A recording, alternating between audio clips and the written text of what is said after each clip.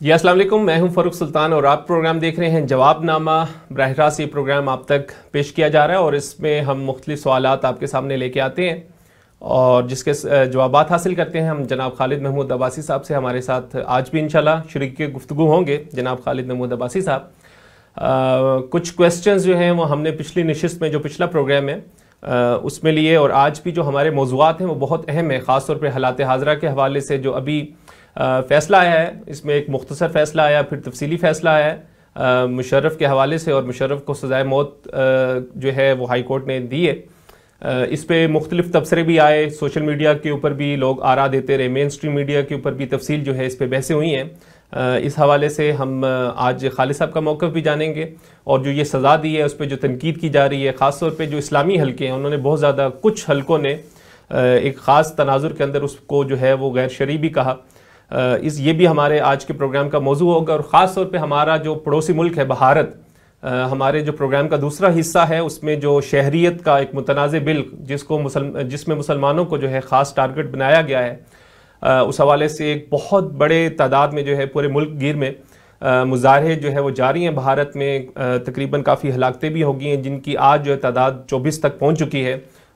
بہت سے لوگ جو ہیں اس میں گرفتار بھی کیے گئے ہیں، تقریباً 8000 کے قریب یہ ان کی تعداد بنتی ہے۔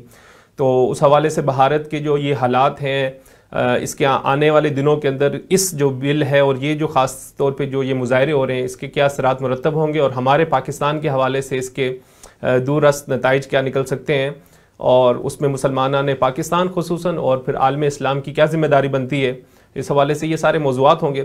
تو خالد صاحب، ہمارا جو پچھلا موضوع تھا اس میں جو کنکلوڈ ہم نے کیا ہے وہ شرائعت کے حوالے سے تھا، اور خاص طور پہ ہم نے قرآن کی جو یہ آیت ہے امرہم شورا بینہم کے حوالے سے آپ سے کچھ کویسچنز بھی کیے تھے۔ شرائعت کے اوپر بات ہے، آج بھی ہم ایک فیصلے کے اوپر بحث کرنے جا رہے ہیں، اور خاص طور پہ مشرف کا ایک بہت بڑا دور جو ہے، ایک سیاہ دور ہم نے گزارا ہے، اس حوالے سے بھی کچھ چیزیں ہیں وہ آپ سے پوچھیں گے۔ تو یہ شرائعت بامقابلہ ڈکٹیٹرشپ، آمریت کیوں اتنی بری چیز ہے؟ اس کو ہم کیوں اتنا غلط کہتے ہیں، کیوں اتنا برا کہتے ہیں؟ اس پہ اگر تفصیلی روشنی ڈالیں تو پھر ہم آج کے ٹاپک کی طرف بڑھیں گے۔ بسم اللہ الرحمن الرحیم۔ جہاں تک دیکھیں شرائعت کا تعلق ہے، وہ آپ کو جو ہے نا اس کے کئی یعنی جو فائدے ہیں ان میں سے ایک تو یہ ہے کہ یعنی بالکل دنیاوی سطح پہ ہم اگر بات کریں تو جو ریاست کے شہری ہیں، جو اس علاقے کے رہنے والے لوگ ہیں، وہ اس ریاست کو اپنا تبھی سمجھیں گے کہ جب ان کو اس کی فیصلہ سازی کے عمل میں اپنی شرکت کا احساس ہوگا۔ اگر کچھ لوگ ہیں، کوئی گروہ ہے، کوئی طبقہ ہے یا کچھ مخصوص افراد ہیں، وہ خاندان کی بنیاد پر ہوں یا اپنے کسی پروفیشن کی بنیاد پر ہوں، وہ اگر مسلط ہو جاتے ہیں تو پھر وہ چیز یا وہ علاقہ یا اس کے جو بھی انٹرسٹس ہیں پھر ان کے ساتھ بلانگ کر جاتے ہیں۔ باقی لوگ اس سے انڈیفرنٹ ہو جاتے ہیں، پھر انہیں اس سے کوئی تعلق نہیں رہتا ہے، بلکہ یہ رفتہ رفتہ وہ اپنی انسانیت ہی پر کمپرومائز کر لیتے ہیں۔ پھر وہ ایک بالکل ہی غلامی جو ہے وہ حیوانیت کی طرف لے جاتی ہے، اپنے بس نیڈز کے اور ضرورتوں کے بندے بن کے رہ جاتے ہیں۔ اس سے اونچے خیالات پھر آپ ڈکٹیٹرشپ میں نہیں پیدا ہوتے، آزادی کا تصور، حریت کا تصور، یہ خیالات رخصت ہو جاتے ہیں، گویا آپ انسانیتی سے محروم ہو جاتے ہو۔ تو یہ بظاہر تو ایک معمولی سی بات ہے، تاریخ انسانی میں ہمیشہ پریکٹس ہوتی آئی ہے، لوگ اس پہ عمل کرتے رہے ہیں، بادشاہوں کی زمین بن کے رہی ہے۔ تو لیکن یہ کہ اگر آپ ذرا اسے وسیع تناظر میں دیکھیں تو یہ بہت بڑا جرم ہے انسانیت کے خلاف، کہ یہ انسان کو اس کے مقام بلند سے گرا کے حیوانیت کی سطح پر لے آتے ہیں۔ اور ظاہر ہے جب ملکیت کسی ایک کی ہو گئی اور وہی قانون ساز ہو گیا اور فیصلہ ساز ہو گیا تو باقیوں کی حیثیت کا کیا تعین ہوگا پھر اس ریاست کے اندر؟ اس ریاست کے اندر پھر باقیوں کی حیثیت غلام کی حیثیت رہ جائے گی، سیکنڈ ریٹ کیا یا تھرڈ ریٹ، بلکہ وہ تو پھر کیڑے مکوڑوں کی حیثیت ہے۔ اور یہ وہ چیز ہے کہ جسے تاریخ انسانی میں سب سے پہلے آ کے جو مطلب تھریٹن کیا ہے اور اس کو بالکل جھنجھوڑ کے رکھ دیا ہے وہ اسلام ہے۔ یہ محمد رسول اللہ صلی اللہ علیہ وسلم کی دعوت ہے کہ جس کے نتیجے میں یہ سارا معاملہ تلپٹ ہوا ہے، اور اس وقت کی جو بھی امپائرز تھیں وہ کھاڑ کے پھینک دی گئیں، اور اس کی جگہ اس شرائعت پر مبنی نظام نو انسانی کو محمد رسول اللہ صلی اللہ علیہ وسلم نے دیا، اور یہ یوں سمجھ لیجئے نا کہ فیصلہ ساز، قانون ساز، یعنی اللہ تعالیٰ تو اپنے آپ کو قرار دیتا ہے، لا یشرک فی حکمہ احد، اور باقی جو آپ کے اپنے معاملات ہیں امرہم شورا بینہم، ان کو آپس میں مشورے سے طے کرو، اس قانون کے اندر رہتے ہوئے جو اللہ نے دے دیا ہے. کوئی اور قانون سازی بھی کرنی ہے وہ خود کرو. تو ایک بڑا پیارا شعر ہے کہ آدمی پہ آدمی فرما روائی کیوں کرے، جس کا منصب بندگی ہو وہ خدائی کیوں کرے.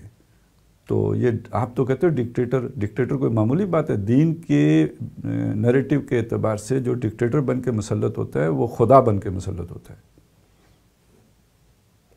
لیکن سر ایک طرف تو یہ بھی کہا جاتا ہے نا کہ مطلب کچھ تعبیرات اسلام کی اور اسلامی جماعتیں کچھ جو ہے جو یہ موقف پیش کرتی ہیں کہ یہ جو شرائعت کا موجودہ نظام ہے جسے ہم جمہوری نظام کرتے ہیں، جو ایک انتظامی نوعیت کی چیز ہے، یہ تو مغرب سے آئی ہے. ہمارا جو اسلام کا جو تصور ہے وہ تو شخصی حکمرانی کا ہے، اور اس میں ہمیں جو تواتر امت جو نظر آتا ہے وہ بھی جو مسلمانوں کی جو خلافتیں رہی ہیں اس میں بھی ایک خاندان کی حکومت تھی یا کسی شخص کی حکومت رہی ہے.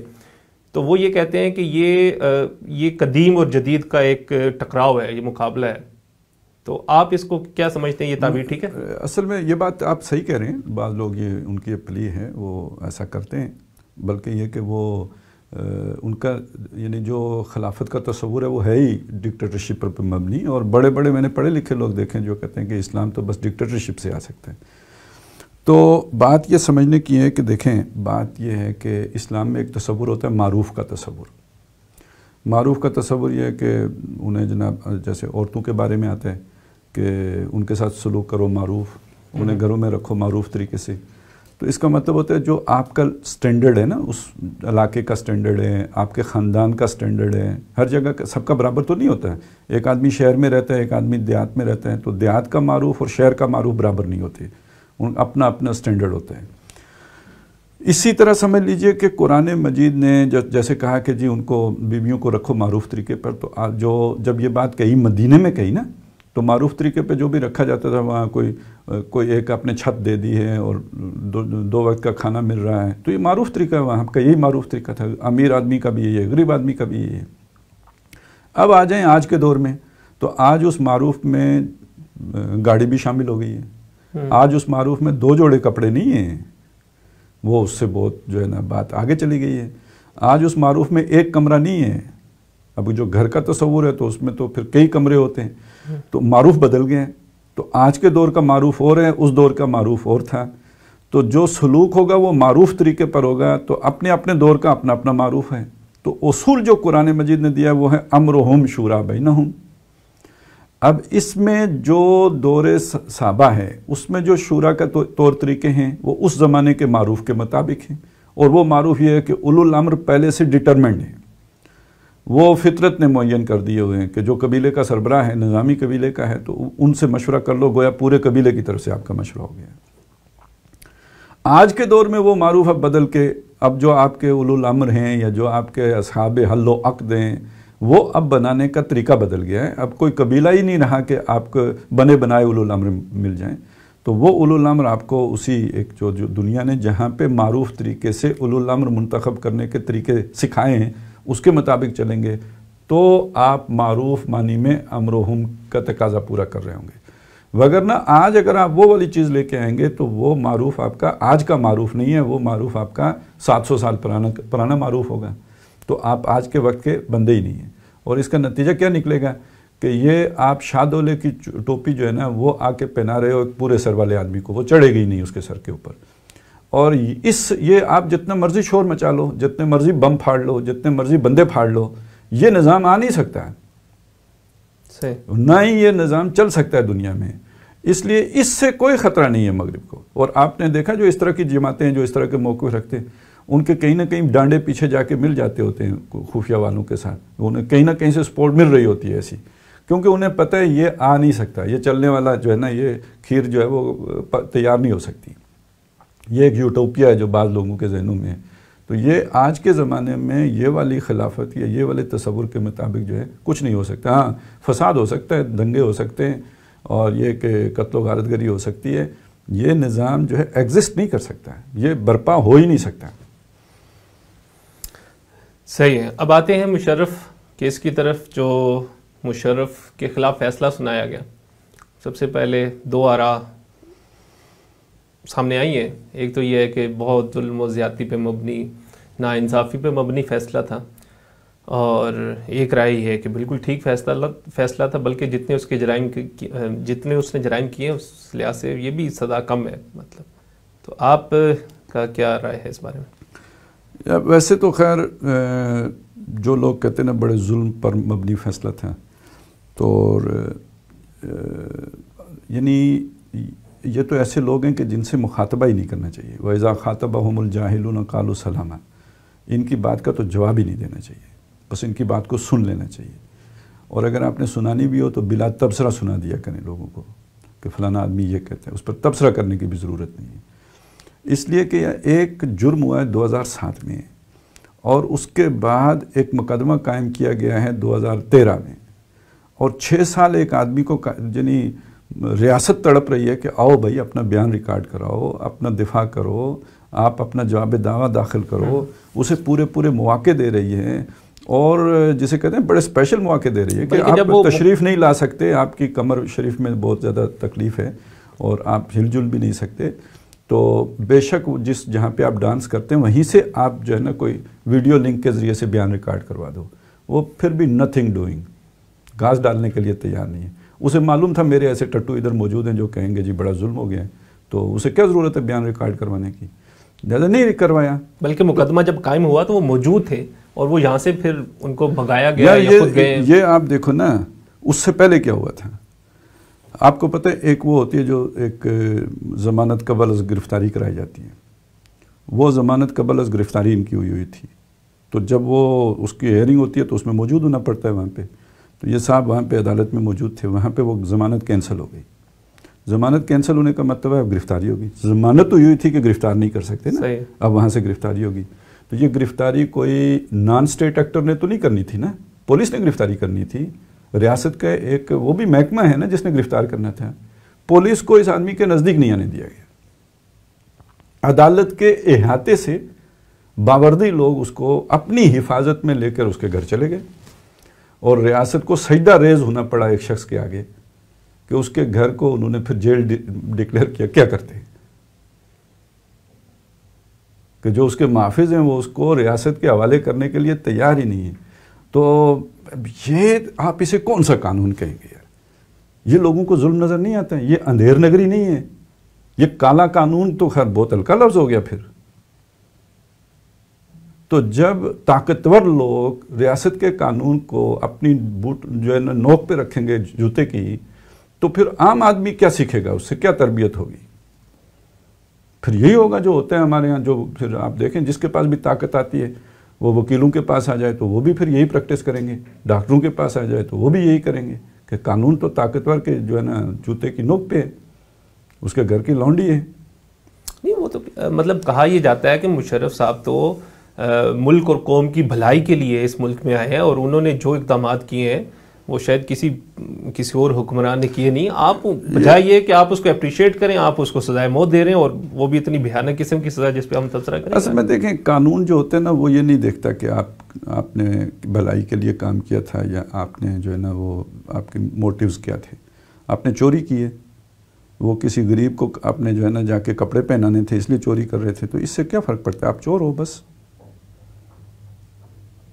تو آپ نے جو جرم کیا اس جرم کی آپ کے لیے ایک سزا ہے.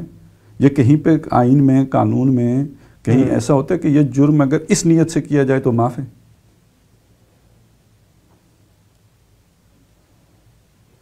صحیح، جرم تو جرم ہے. جرم تو جرم ہے.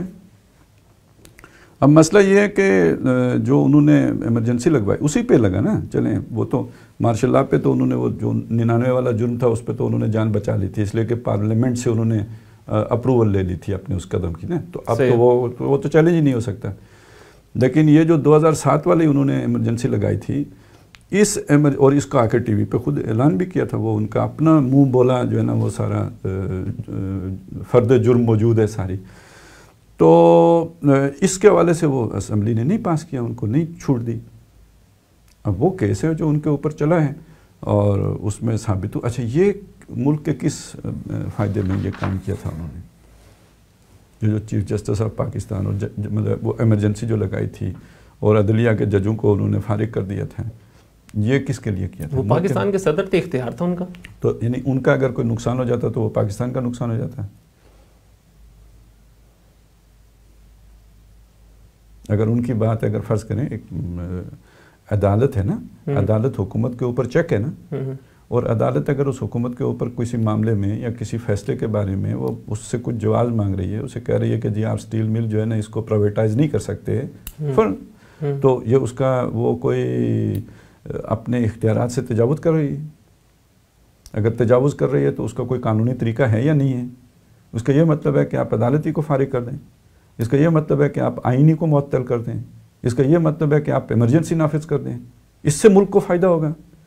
جو جوڑنے والی شے ہیں آئین پاکستان کیا شے ہے؟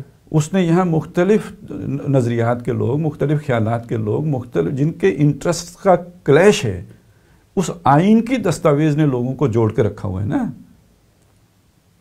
اس معاہدے کے تحت ہم اس ملک کے شہری ہیں. وہ آئین کی حیثیت تو سر پیپر کا ایک وہ اصل میں یہ خناس ہے نا. دیکھیں اب کون آدمی کہے گا کہ پرویز مشرف کے ساتھ زیادتی ہوئی ہے؟ جس کی سمجھ یہ، جس کی سوچ یہ ہے کہ آئین ڈسٹ بن میں پھینکے جانے کے قابل ایک کاغذ کا پرزہ ہے، اس کو یہ سمجھ ہی نہیں آئی ہے کہ اس آئین کی خاطر جو ایک ردی ٹکڑے کی مانند ہے، اس کی خاطر ایک بندہ جو اتنا بڑا آدمی ہے، جو کیمپ ڈیوڈ میں جا کے ناشتہ کرتا ہے، اس کو آپ نے سزائے موت دے دی. یہ تو اس کے تصور ہی سے باہر ہے، اس کے ویژن ہی سے باہر کی چیزیں. یہ تو جو آئین کو ایک مقدس دستاویز سمجھے گا، جو سمجھے گا کہ یہ وہ شے ہے کہ جس نے ہمارے اندر جو ہے ایک اتحاد اور اتفاق اور ہمارے ایک معاہدہ ہے کہ جس میں ہم سارے جکڑے ہوئے ہیں، اس کے لیے یہ بات ہوگی یار کہ اس آدمی نے تو بڑے فساد کی بنیاد رکھی تھی، یہ بہت بڑی بغاوت تھی، یہ ایک بہت بڑا جرم تھا جس کا اس نے ارتکاب کیا تھا. اس نے تو پوری ریاست کی چولیں ہلا دینے والا کام کر دیا تھا. یہ تو اپنے اپنے تصور کا فرق ہے. جو آئین کو سمجھتا ہی کچھ نہیں، اس کے لیے تو بہت حیرت کی بات ہوگی کہ کیا ہوا. اس نے آئین کو اگر ٹھڈا مار دیا تھا تو اس کے بعد اتنا بڑا آپ نے اس کے خلاف قدم اٹھا دیا، اسے سزائے موت دے دی آپ نے. اتنا بڑا جرم. تو یہ کوئی ایک ایسی کتاب کو ٹھوکر مارنے سے کوئی فرق تو نہیں پڑنا چاہیے. تو یہ تو اپنا اپنا کانسیپٹ ہے نا، اپنے کمٹمنٹ ہے آئین کے ساتھ، جس کی بنیاد پر یہ پتہ چلے گا. اچھا سر، کچھ تبصرے ایسے بھی ہیں کہ مشرف کے جرائم تو بہت بڑے بڑے ہیں. شاید ان کا آغاز کارگل سے، یعنی کہ اس کے مارشل لا لگانے سے پہلے سے ہو جاتا ہے، جس کے بارے میں خود ان کے قریبی ساتھیوں نے گواہیاں دی اور ساری جو تحقیقاتی چیزیں جو ہیں وہ سامنے آ چکی ہیں. بعد میں 9/11، پھر مارشل لا لگانا، پھر اور بہت سی کیسز ہیں. لیکن یہ تو ایک معمولی سا جرم تھا جس کے اوپر اسے سزا اتنی بڑی دے دی گئی. اگر کوئی بڑی سزا دینی ہوتی تو کسی بڑے جرم کو سامنے لے کے آتے. خیر جرموں کی آپ فہرست بنائیں تو ہو سکتا ہے اس سے پہلے کے بھی یوم پیدائشی سے ان کے جرائم شروع ہو گئے، وہ مسئلہ نہیں ہے. مسئلہ یہ ہے، بات دیکھنے کی ہے، ایک ہوتا ہے قانون قدرت. قانون قدرت یہ ہے کہ آپ جس میں پھنستے ہیں تو ضروری نہیں ہے کہ اسی میں آپ مجرم ہوں. آپ نے جرم کچھ اور کیے ہوتے ہیں، کسی اور میں پھنس کے تو وہ سارے جرائم کی مجموعی سزا پا لیتے ہیں. یہ اللہ کا قانون ہے. صحیح. وہ کہا یہ جاتا ہے نا بھٹو صاحب کے بارے میں کہ جس مقدمے میں ان کو سزا دی گئی وہ مطلب اتنی سخت سزا بنتی نہیں تھی.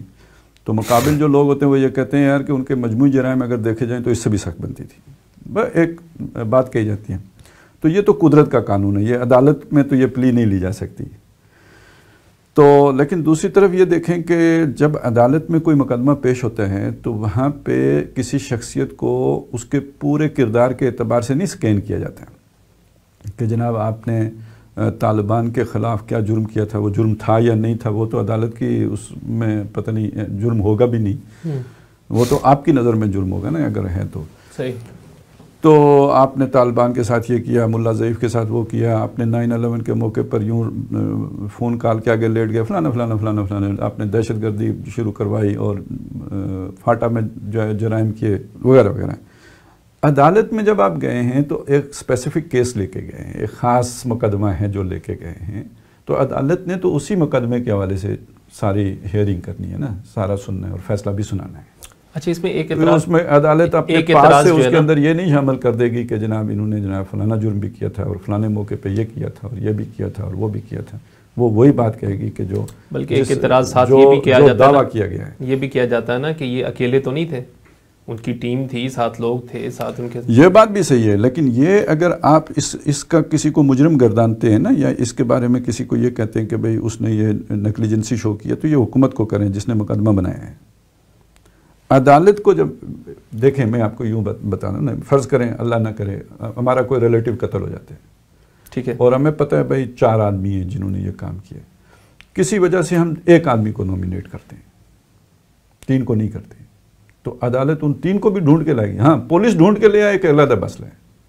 ٹھیک ہے. جب ایف آئی آر میں ایک کا نام آ جائے گا تو پولیس نے بھی ساری جو بھی تفتیش کرنی ہے اس ایک کے اعتبار سے کرنی ہے، اور عدالت میں بھی جا کے جب مقدمہ چلے گا تو اس ایک پر چلے، اس پر جرم ثابت ہو رہا ہے یا نہیں ہو رہا. باقی 3 تھے کدھر تھے وہ تو بعد کی بات ہے، وہ تو ایک علیحدہ مسئلہ ہے.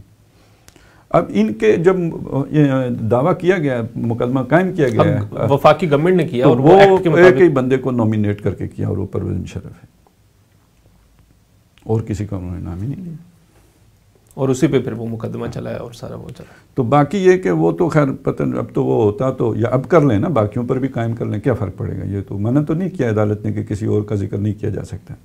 وہ تو اب اس کی بھی گنجائش ہے کہ آپ 1956 سے لے کے ابھی تک جتنے بھی ہیں سب کا کر لیں، کھول لیں، حکومت قائم کرے، عدالت شروع ہو جائے گی. لیکن اب حکومت تو سپورٹ کر رہی ہے نا، وہ ایک علیحدہ مسئلہ ہے. میں تو صرف یہ کہہ رہا ہوں نا کہ قانونی طور پر تو اس کی گنجائش ہے نا کہ آپ اور جو رہ گئے ہیں اگر ان پر بھی کرنا چاہیں تو کر سکتے ہیں، جو اس کام میں ملوث تھے، اور وہ سارے کام میں.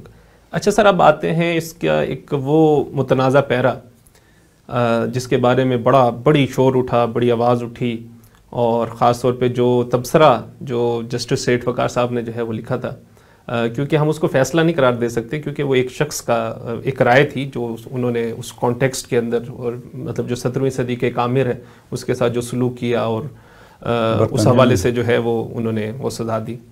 اور اس پہ پھر جو ہمدردی پیدا ہوئی مشرف صاحب کے بارے میں، اور اس کو کہا گیا کہ یہ تو انسانیت سوز ہے، سب کچھ ہے، اور بالکل شریعت کے منافی ہے اس طرح کا کوئی جو ہے وہ سزا دینا یا چیز دینا.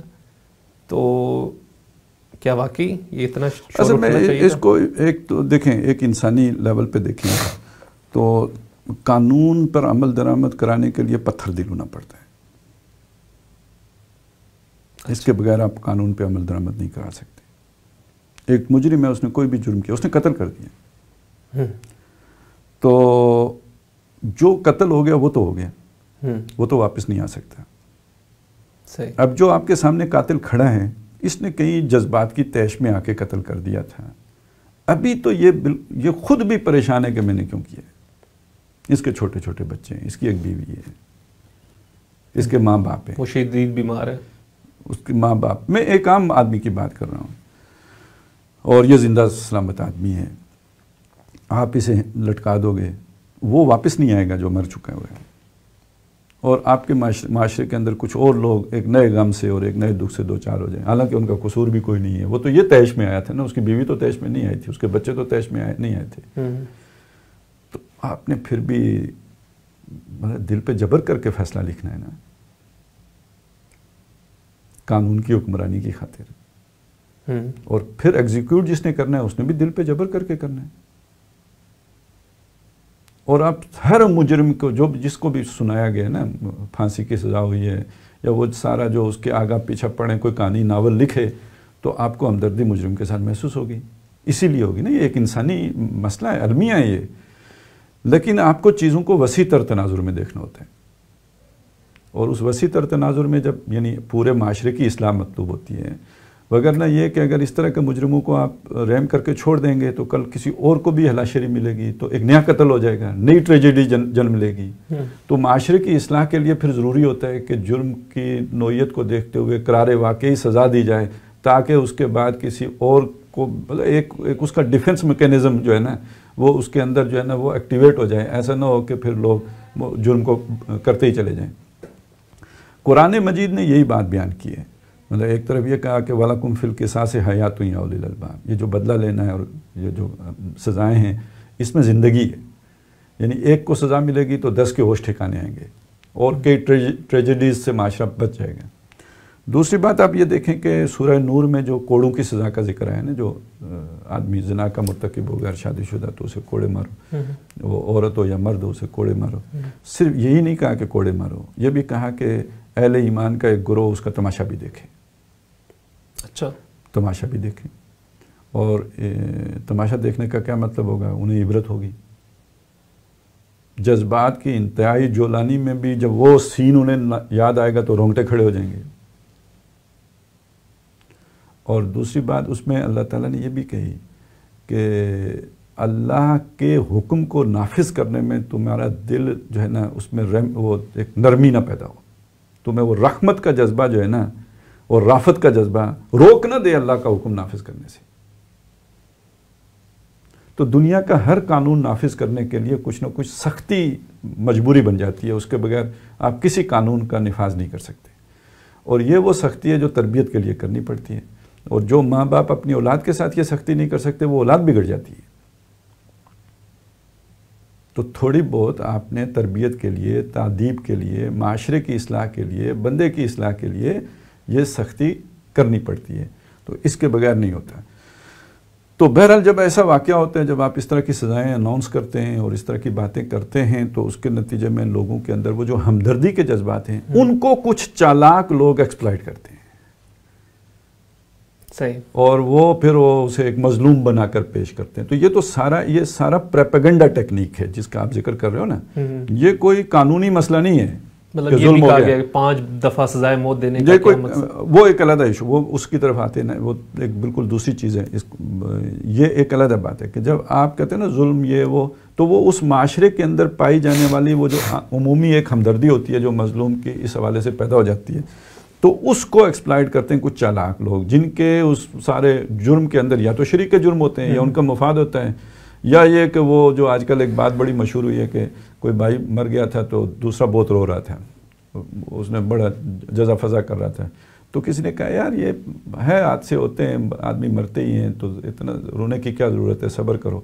تو اس نے کہا نہیں، یہ افسوس نہیں ہے کہ بھائی مر گیا ہے، افسوس یہ ہے کہ فرشتے نے گھر دیکھ لیا ہے، ملک الموت اب ہمارا گھر دیکھ کے تو اسے اپنی پڑی. تو بعض لوگوں کا یہ مسئلہ ہوتا ہے کہ یار یہ ہمارا ایک کھاتا کھلا ہوا تھا، ہم دھمکی دیتے تھے، مطلب اس کو سیدھا رکھتے تھے نظام کو، تو اب یہ عدالت نے ایک نظیر قائم کر دی اور ہمارے لیے جو ہے نا بڑے خطرات پیدا ہو گئے ہیں. تو کچھ رونے دھونے کا ایک سبب. اب ایسے جو لوگ ہوتے ہیں پھر وہ اس طرح کی چیز کو ایکسپلائٹ کرتے ہیں، اور عوام تو اسے اتنی جلدی پک نہیں کر سکتی کہ ہوتا کہ وہ کیا رہا ہے. تو وہ ایک جو ہمدردی کا مادہ پیدا ہوتا ہے، بجائے اس کے کہ اس کو ذرا صحیح رخ دیا جائے، اس کو ایک غلط رخ پہ لے کے جانے کی کوشش کر رہے ہوتے ہیں. رہا یہ مسئلہ، یہ جو 5 سزاؤں کا مسئلہ ہے، جب وہ شاید کچھ لوگوں نے کہا جی لاش کی بے حرمتی کا بھی اس میں کہیں ذکر کیا گیا ہے، تو خیر اس کے تو یعنی کوئی بہترین جو صورت ہے وہ تو کوئی وکیل یا کوئی قانون دان ہی بتا سکتا ہے کہ ایکچولی کیا ہے. لیکن جو چیز ظاہر ہوتی ہے نا وہ یہ ہے کہ جب آپ 5 سزاؤں کا ذکر کرتے ہیں تو یہ تو ایک علامتی سی بات ہے. صحیح. کسی بندے نے 100 آدمی قتل کر دی، 100 کے 100 ثابت ہو گئے، اب جج کیا کرے گا؟ وہ ایک دفعہ اگر کہتے ہیں نا اسے پھانسی دے دو تو وہ مطلب انصاف نہیں لگتا ہے، تو وہ کہتے ہیں جی 100 دفعہ پھانسی ہے، تو وہ مر تو ایک ہی دفعہ جائے گا نا، پہلی پھانسی میں مر جائے گا، لیکن وہ باقی علامتی ہے، ایک علامتی سی، وہ ایک انصاف کے تقاضے کے طور پر ایک آپ نے جملہ استعمال کر دیا.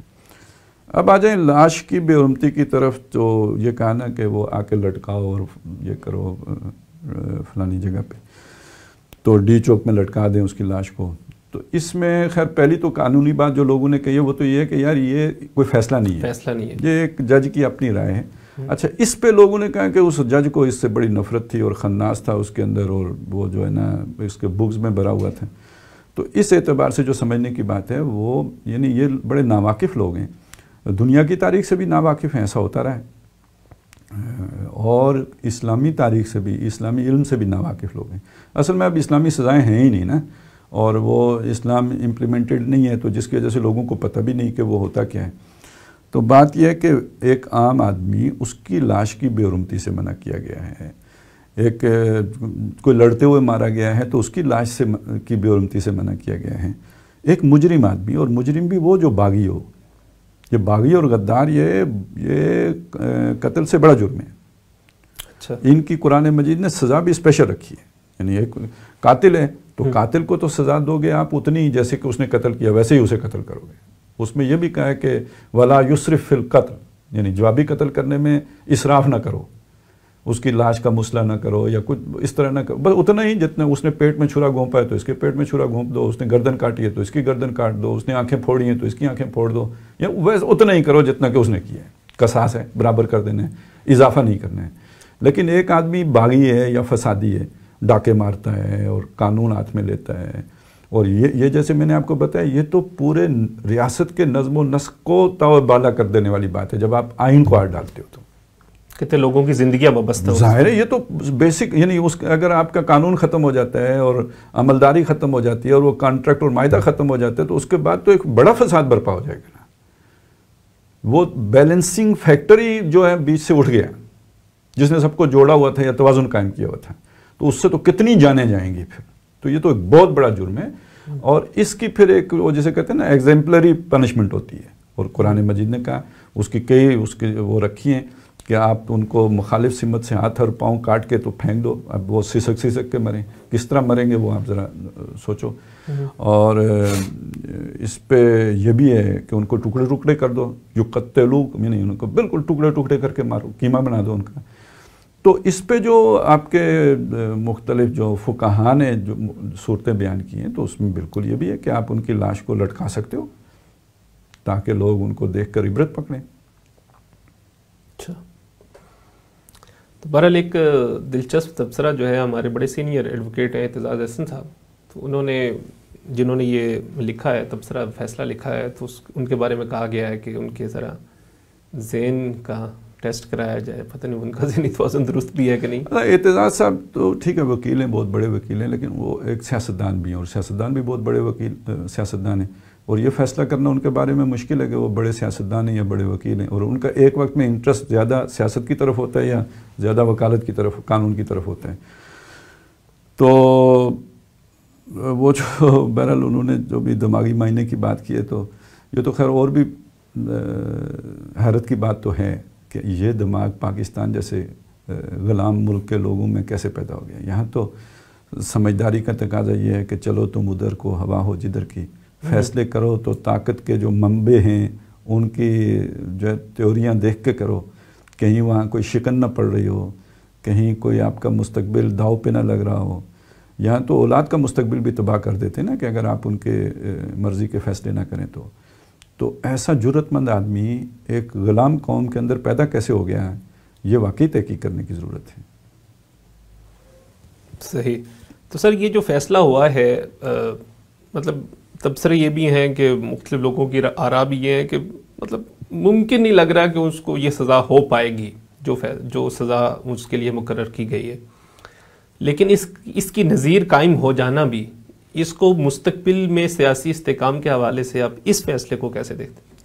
اچھا، یہ بڑی اہم بات ہے نا، یعنی وہی ہمدردی جس کے میں نے پہلے ذکر کیا، تو ایک ہر انسان کے دل میں ہوتی ہے، اور ایک شخص ایسا جو بستر مرگ پہ پڑا ہے، اب عمر بھی پتہ نہیں 70-75 سال سے اوپر ہی ہو گئی، پاکستان کا صدر بھی رہا ہے. صدر کو چھوڑو، لیکن مطلب یہ چیز دیکھیں، صدر وہ تو نہ ہی رہتے، یہ تو تہمت ہے پاکستان کے اوپر کہ ایسا شخص پاکستان کا صدر رہا ہے.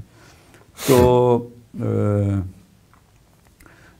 مطلب وہ کوئی لٹکتا دیکھ کے خوشی تو نہیں ہوگی، صحیح، وہ لٹکتا دیکھ کے خوشی نہیں ہوگی، اور وہ یہ ہوگا بھی نہیں، قابل عمل بھی نہیں، وہ آئے گا ہی کیوں. صحیح. اور کس میں جرت ہوگی کہ اس کو جو ہے نا وہاں سے گرفتار کر کے لے آئے. یہ تو معجزہ ہوگا اگر کوئی اسے پکڑ کے لے ہی آئے اور یہ ایگزیکیوٹ ہو جائے. یہ تو ناممکنات میں سے ہے. صحیح. تو لیکن اس کی یہ آپ لوگوں کی بےتابی اور اضطراب اور جو نا ہلچل اور یہ دیکھ کے مزہ نہیں آ رہا ہے، اس کو لٹکتے دیکھ کے کوئی دل میں خوشی نہیں ہوگی. لیکن عاشقان پرویز مشرف جو ہم تو سمجھے تھے کہ اب کسی کو ضرورت نہیں ہے اس کی، لیکن معلوم ہوا ہے کہ بہت سے لوگ ہیں جو اصل میں تو مسئلہ وہی ہے، افراد ایسے ہیں، یعنی وہی کوئی دو طرح کی معاملات ہیں. ایک معاملہ تو وہ ہے کہ جن کے مستقبل کے خواب بکھر گئے ہیں تو وہ اپنے غم میں رو رہے ہیں اس کو، وہ جو روندی جو ہے نا یاراں نوں لے لینا براواں دا، ایک تو معاملہ وہ ہے، یا وہ والا ہے کہ ملک الموت نے گھر دیکھ لیا. اور کچھ لوگ وہ ہیں کہ جن کو جو وحی ہوتی ہے کان میں جو پھونکا جاتا ہے انہوں نے وہی کہنا ہوتا ہے. صحیح. وما ينطق عن الهوى, اس وجہ سے رو رہے ہیں, وہ اس وجہ سے ان کو رونے ہی کا حکم ملا ہے, اور کل ہنسنے کا ملے تو ہنسنا شروع کر دیں گے. وہ کوئی میں نے سنا اس لیے ڈبل پروگرام بھی ریکارڈ کیے جاتے ہیں, ایک کاٹ کے پھر دوسرا ریکارڈ. خیر چلیں, یہ وہی کی وجہ سے ہو جاتا ہے. ہاں وہی, مطلب پرانی منسوخ ہو جاتی ہے, نہیں آ جاتی ہے. صحیح. سر آتے ہیں انڈیا کی طرف, اور پاکستان کے یہ کچھ 5-6 مہینے سے پاکستان کے حالات بھی بڑے مطلب ڈسٹربنگ سے ہیں, اور ایسا فیل ہو رہا ہے کہ پاکستان کے اندر بھی محکمے میں آپس میں ٹکرا رہے ہیں, اور افراد بھی آپس میں ٹکرا رہے ہیں, مذہبی اور سیکولر ایک جنگ بھی ہے. اچھا, اس حوالے سے 2013 میں ایک سیمینار ہوا تھا اسلام آباد ہوٹل پہ. ہمارے ریٹائرڈ جنرل صاحب ہیں, جنرل شاہد عزیز صاحب, ان کی تقریر کا ایک چھوٹا سا کلپ ہے. انہوں نے کہا تھا جب امریکہ اس خطے سے جائے گا تو یہاں کیا انتشار, جب افغانستان سے جائے گا, افغانستان سے جب امریکہ جائے گا تو یہاں پہ کیا انتشار برپا کرے گا وہ, اور کس طریقے سے آپس میں لوگوں کو ٹکرائے گا, جانے کا طریقہ کیا ہوگا اگر وہ سن لیں. اور اس کے بعد پھر ہم نے اس پاکستان کے کانٹیکسٹ میں پھر ہم انڈیا کے حالات کے اوپر جو ہے ایک بحث کریں گے. اگر یہ چلا دیں. امریکہ نے ہمارے معاملے میں اتنا صبر اس لیے کیا ہوا ہے, ایک تو ہماری حکومتیں ان سے ہر قسم کا تعاون کرتی رہی, دوسرے یہ کہ ہم اللہ کے شکر سے ایٹمی طاقت ہیں اور ہمارے معاملے کو بہت احتیاط سے نپٹایا جا رہا ہے, ورنہ کیا پدی کا شوربہ, ہم کہیں کے نہ رہتے. جب امریکہ یہاں سے اپنے ٹھکانے نکالنے پر مجبور ہو جائے گا تو اس خطے میں آگ لگا دے گا. اسلام پسند قوتیں سیکولر نظام سے ٹکرائیں گی, امریکہ ہمارے ملک میں انتشار بھی پھیلا رہا ہوگا اور حکومت کا ساتھ دینے کے لیے بھی کھڑا ہوگا. ہندوستان کی فوجیں ہمارے بارڈر پر بیٹھی ہوں گی تاکہ ملک میں فوج کے ہاتھ کمزور کر کے اندرونی خانہ جنگی کی آگ کو اور بڑھایا جا سکے. خون بہتا رہے گا, انجام کیا ہوگا اللہ بہتر جانتا ہے. اس کا حال صرف یہ ہے کہ ایک باشعور, متوازن اور محبت بھرا دین کا نظام پہلے ہی قائم کر لیا جائے. یہی ہماری نجات کا واحد ذریعہ ہے. ملک کی طاقتور قوتوں کو آج یہ سوچنا ہوگا, ابھی بھی ہمارے پاس وقت ہے, اسے کھیر کھانے میں ضائع نہ کریں. جزاک اللہ.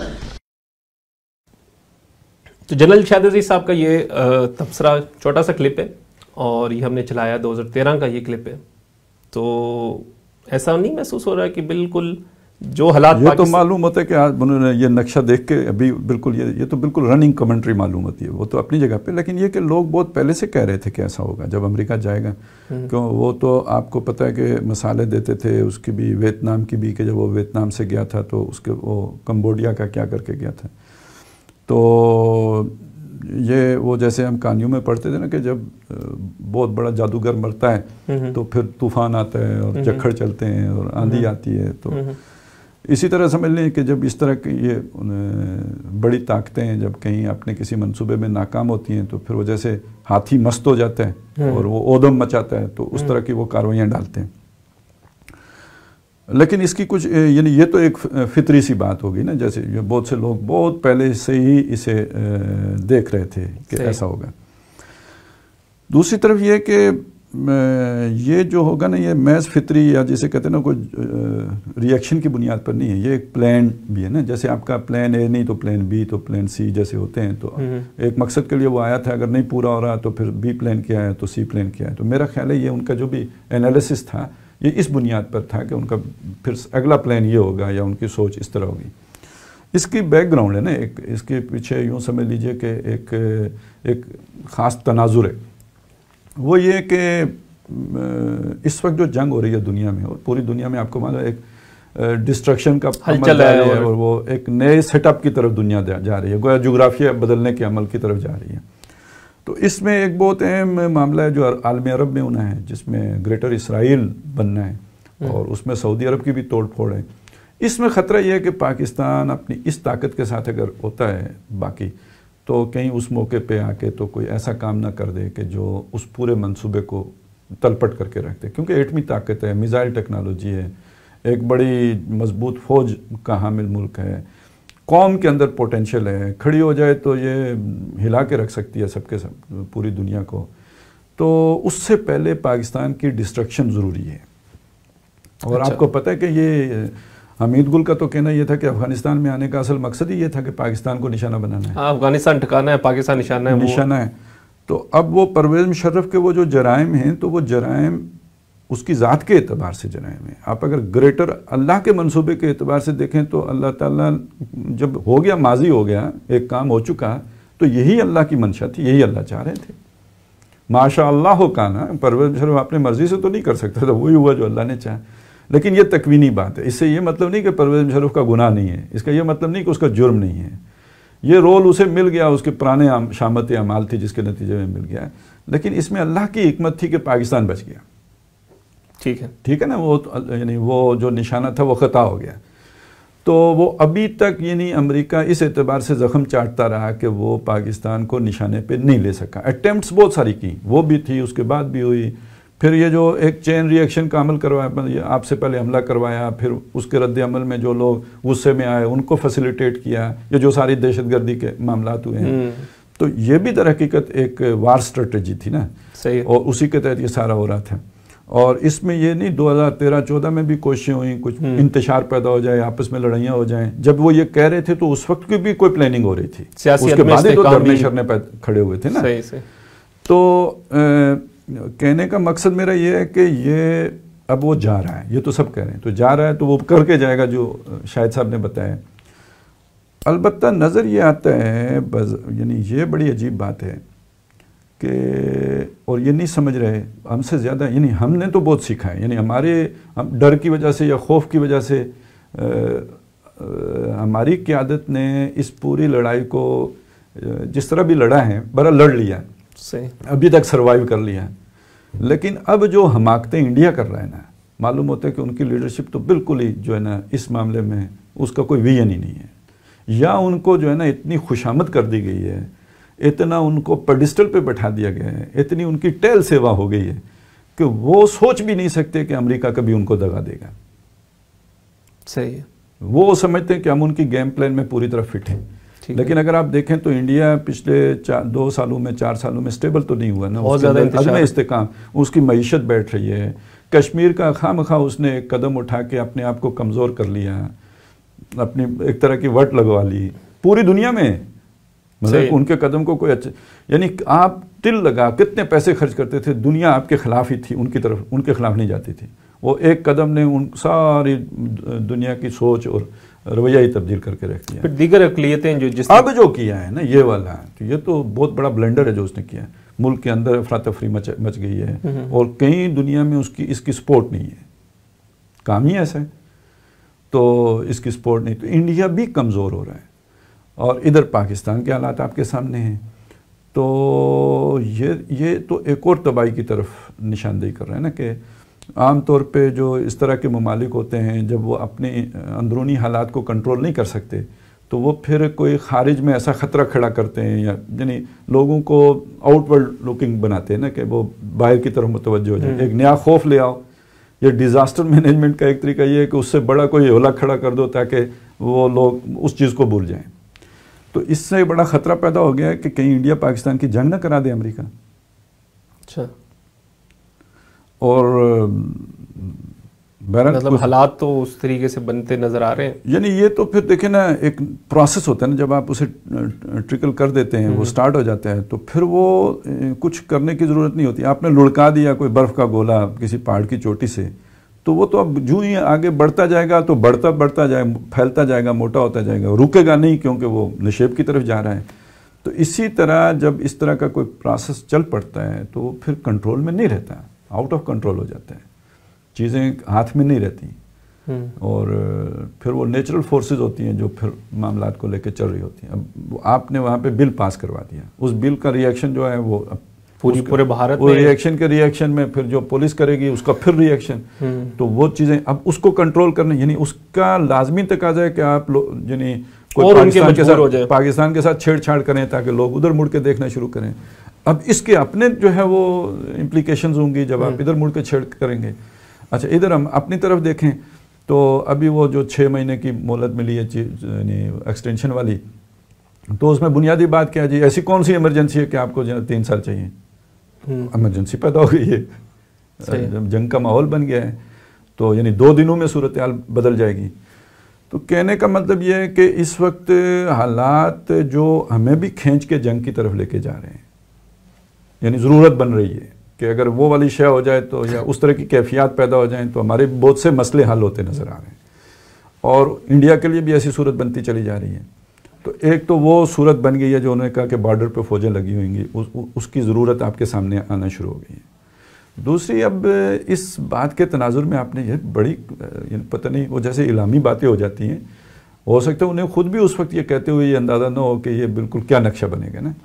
تو اب آپ دیکھیں کہ یہ جو وکیلوں اور ڈاکٹروں کی لڑائی جو لاہور میں، اچھا پھر آپ اگر یہ دیکھیں کہ یہ پرویز مشرف صاحب کے اس مسئلے پر جس طرح کی ایک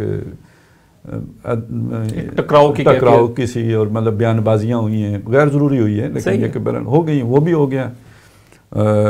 اس سے پہلے آپ یعنی یہ بیان نے ایک بڑی عجیب نئی بات پیدا کر دی نا کہ آپ اس سے پہلے پرویز مشرف کے جرائم کا جب بھی ذکر کرتے تھے تو یہ کہا جاتا تھا یہ ایک فرد کی حیثیت سے اس کے ذاتی معاملات ہیں، ادارے کو بلیم نہیں کر سکتے. لیکن جب اب ادارہ جا کے پیچھے کھڑا ہو گیا تو اب کیا کہیں گے آپ؟ یعنی وہ پورے جو آپ کا ایک بیانیہ تھا وہ اڑ گیا، غیر ضروری چیز انہوں نے، تو وہ ایک بالکل یعنی کنٹروورشل ہو گئی بات، پورا ادارہ ہی کنٹروورشل بنانے کی کوشش ہو گئی، اور خود اپنی ایک جو ہے نا وہ غیر حکیمانہ عمل کے نتیجے میں ہو گیا.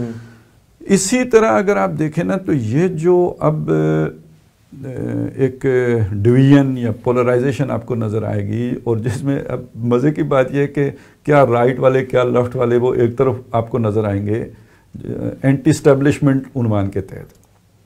آپ اگر مولانا فضل الرحمان صاحب کے جلسے میں دیکھیں یا دھرنے جو بھی لانگ مارچ تھا اس میں مذہبی اور سیکولر ساری فورسز، اتنی ان کو شاید مذہبی طبقے سے حمایت نہیں ملی مولانا کو جتنی انہیں افیکٹو حمایت جو ہے نا ہمارا جسے سو کالڈ لبرل حلقہ کہتے ہیں اس سے ملی ہے. کیونکہ وہ باتیں وہ کر رہے تھے کہ جو ہم سب کی دل کی باتیں ہیں، اور اس وقت اس اعتبار سے لیڈنگ رول مولانا فضل الرحمان کی جماعت پلے کر رہی ہے.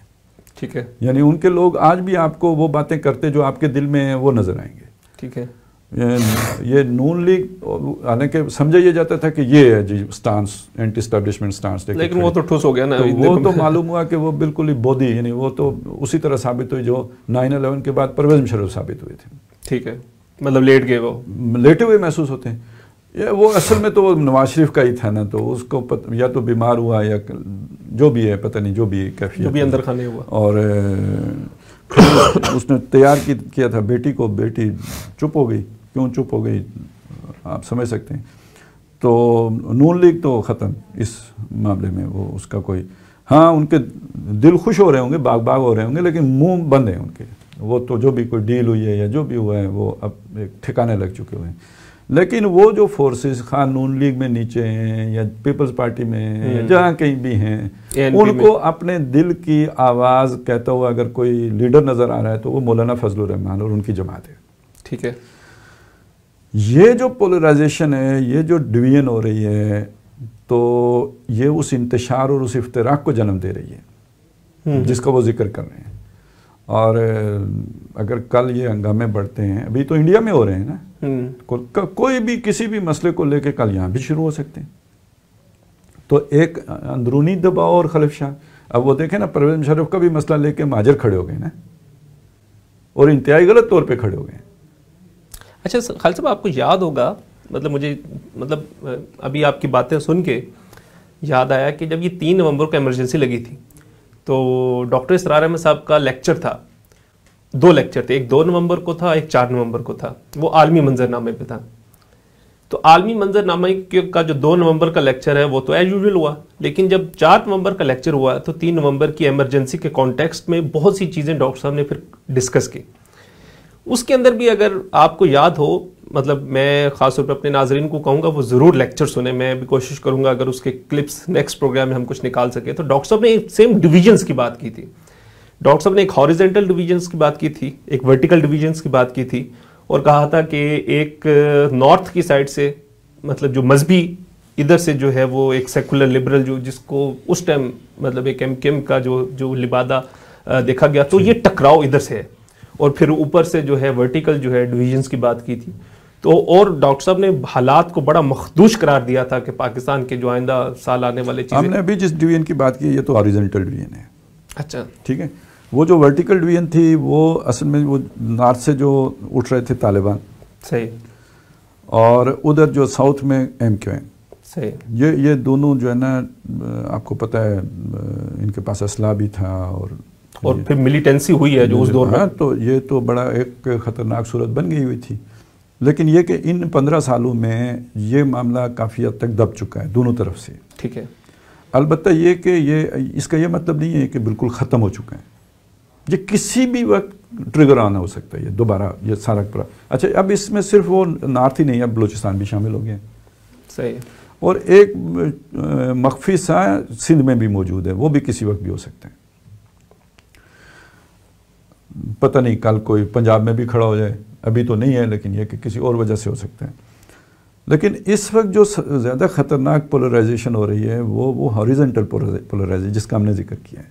ٹھیک ہے. یعنی وہ اگر آپ دیکھیں تو شاید ہی کوئی ادارہ ہو کہ جس کے اندر وہ پولرائزیشن نہ ہو. کیا پولیس, کیا فوج, کیا سیاستدان, کیا عدلیہ, ہر جگہ پہ آپ کو وہ پولرائزیشن ملے گی.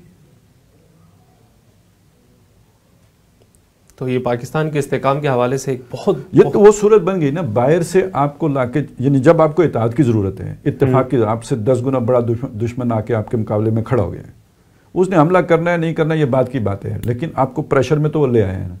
اب آپ نے اس کو فوکس کرنا ہے یا آپ اپنے ملک کو سنبھالو گے جو یہ نئے اندر سے خطرات پیدا ہو گئے ہیں. اچھا یہی اتنا ہی نہیں ہوا ہے, اوپر سے ٹھیک اس ٹائم پہ وہ FATF کو بھی لے آئے.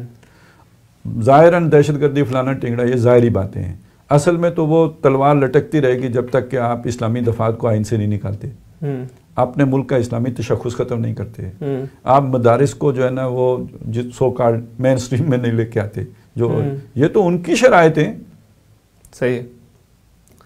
اس میں ٹکراؤ تو مزید بڑھے گا پھر, مطلب جب اس طرح اگر آپ نہیں کرتے تو پریشر ایک انڈیا کا پریشر ہے, دوسرا عالمی مالیاتی اداروں کا پریشر ہے. اگر آپ کرتے ہیں تو آپ کے اندر سے افتراق پیدا ہوگا. آپ کیسے مینیج کرو گے جبکہ باہر سے آپ کو وہ لے کے کھڑے ہوئے ہیں.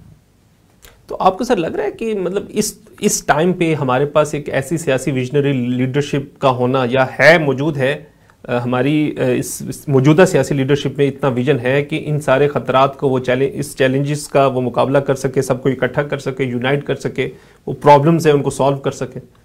اچھا ویسے دیکھیں اس میں بات یہ ہوتی ہے کہ ہمارے ہاں نا لوگ ہیں, ایسی بات نہیں ہے کہ لوگ نہیں ہیں. ٹھیک ہے.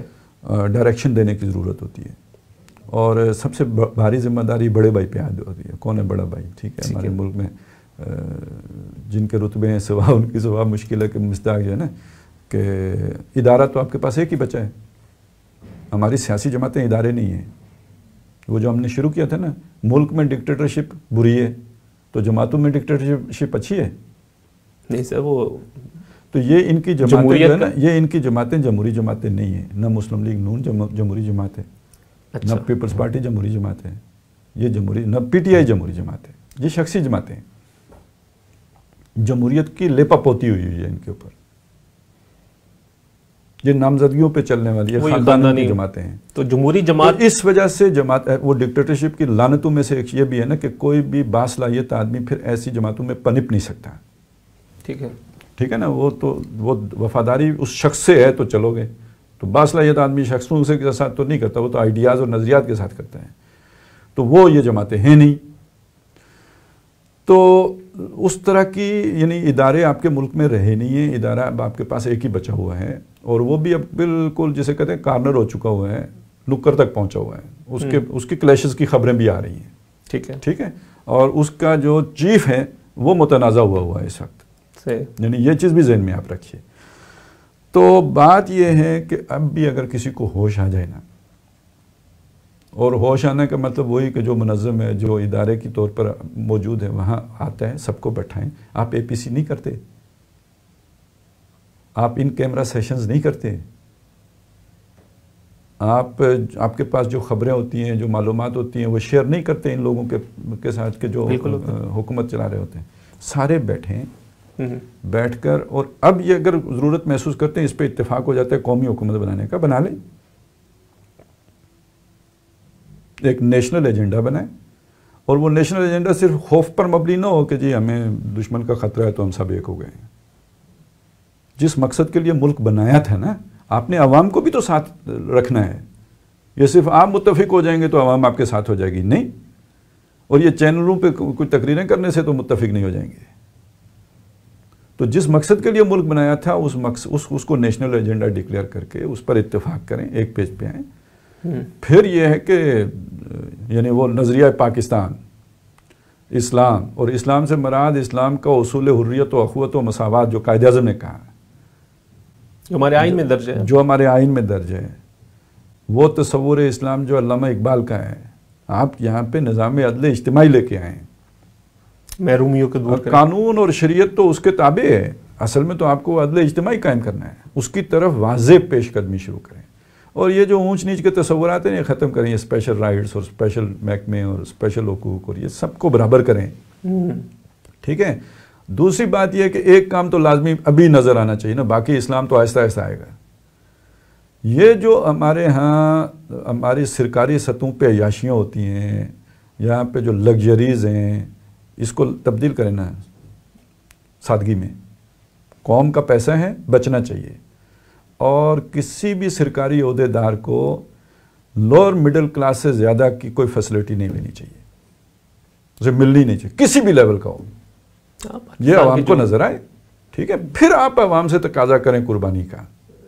پھر آپ انہیں کہیں کہ جی پول کرتے ہیں، آپ اپنی صلاحیتیں بھی پول کرتے ہیں، مال بھی پول کرتے ہیں. پاکستان نکل جائے گا. نہ صرف نکل جائے گا، ہندوستان مقابلہ ہی نہیں کر سکے گا.